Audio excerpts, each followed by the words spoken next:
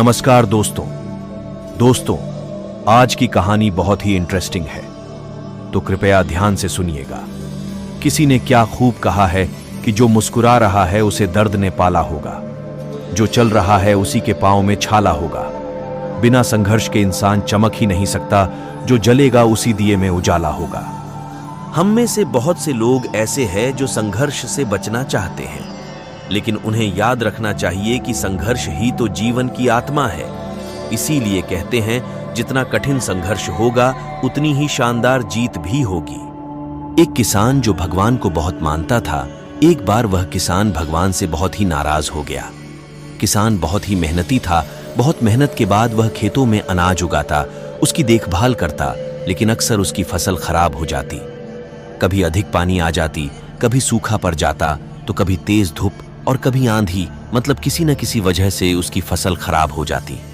एक दिन की बात है, किसान गुस्से में आसमान की तरफ देखकर भगवान से कहता है, ईश्वर, आपको लोग सर्वज्ञाता मानते हैं, आपकी मर्जी के बिना एक पत्ता भी नहीं हिलता, पर मुझे तो ऐसा लगता है कि आपको तो छोटी सी छोटी बातों का भी नहीं पता है। आपको तो यह भी नहीं पता है कि खेतीबाड़ी कैसे होती है। अगर आपको पता होता तो हर समय जो अधिक पानी, आंधी और तूफान आते हैं वो फिर कभी नहीं आते। आप नहीं जानते कि इससे कितना नुकसान होता है हम किसानों का। यदि आप मेरे हाथ में ऐसी शक्ति दे दें कि जैसे मैं चाहूं वैसा मौसम कर दूं, फिर आप देखना मैं अन्न का भंडार लगा दूंगा।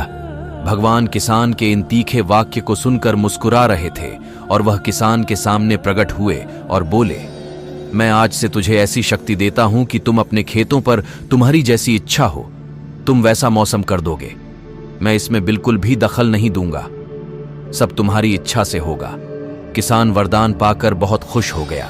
अब किसान ने अपने खेतों में गेहूं की फसल बोई। अब जब किसान को लगता कि खेतों को धूप चाहिए तो खेतों पर धूप कर देता, जब पानी बरसना चाहता तो पानी बरसा देता। आंधी, तूफान आदि कुछ भी उसने अपने खेतों पर आने ही नहीं दिया। किसान के खेत में इस वर्ष ऐसी फसल हुई जैसी शायद पहले कभी नहीं हुई थी। हरी भरी लहलहाती फसल को देखकर किसान मन ही मन बहुत खुश हो रहा था और सोच रहा था, अब सबूत के साथ दिखाऊंगा भगवान को कि ऐसे किया जाता है शक्ति का सही उपयोग। मेरी सफलता देखकर तो उन्हें अपनी नियम जरूर बदलने पड़ेंगे। कुछ दिन और गुजरे, अब फसल कटने को तैयार थी।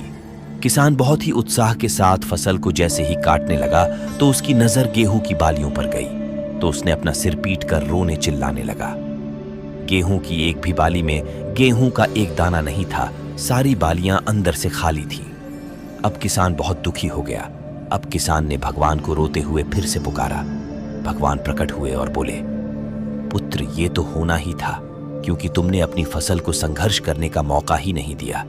तुमने तो उन्हें आंधियों से जूझने ही नहीं दिया, न तेज बारिश को सहने दिया और ना ही धूप में तपने दिया।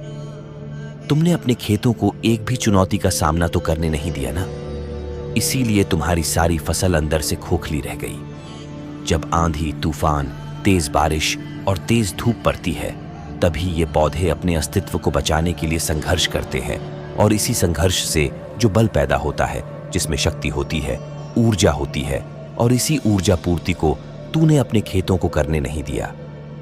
तेरे खेतों में बालियां सिर्फ इसीलिए नहीं फूटी क्योंकि तुमने उन्हें कठिन परिस्थितियों से गुजरने ही नहीं दिया जहां उनके अस्तित्व का जन्म होना था।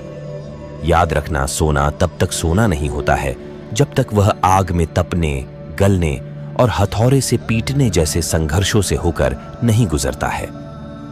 कोयले का टुकड़ा भी हीरा तभी बनता है जब वह उच्च दाब और उच्च ताप की मुश्किल परिस्थितियों से गुजरता है। इसी तरह अगर हमारी जिंदगी में कोई संघर्ष ही ना हो, कोई चुनौती ही ना हो, तो हम भी इन गेहूं की बालियों की तरह खोखले रह जाएंगे। हमारा भी कोई अस्तित्व नहीं होगा। विपरीत परिस्थितियां, चुनौतियां और समस्याएं हमें और अधिक निखारती है। अगर जीवन में कठिन परिस्थितियां और चुनौतियां आए तो घबराना मत, बल्कि उनका डटकर सामना करना और विश्वास करना कि आप और अधिक निखर जाओगे और अधिक मजबूत बन जाओगे। किसी ने सही कहा है, जिंदगी जीना आसान नहीं होता, बिना संघर्ष कोई महान नहीं होता। जब तक ना परे हथौड़े की चोट, तब तक मेरे दोस्त पत्थर भी भगवान नहीं होता। तो दोस्तों, अगर वीडियो पसंद आई हो तो लाइक और कमेंट जरूर कर दीजिए और अगर आप ऐसे ही रोचक कहानियां, आध्यात्मिक ज्ञान, सुविचार सुनना चाहते हैं तो प्लीज सब्सक्राइब माय चैनल जीवन सिद्धि। तो बस आज के लिए इतना ही।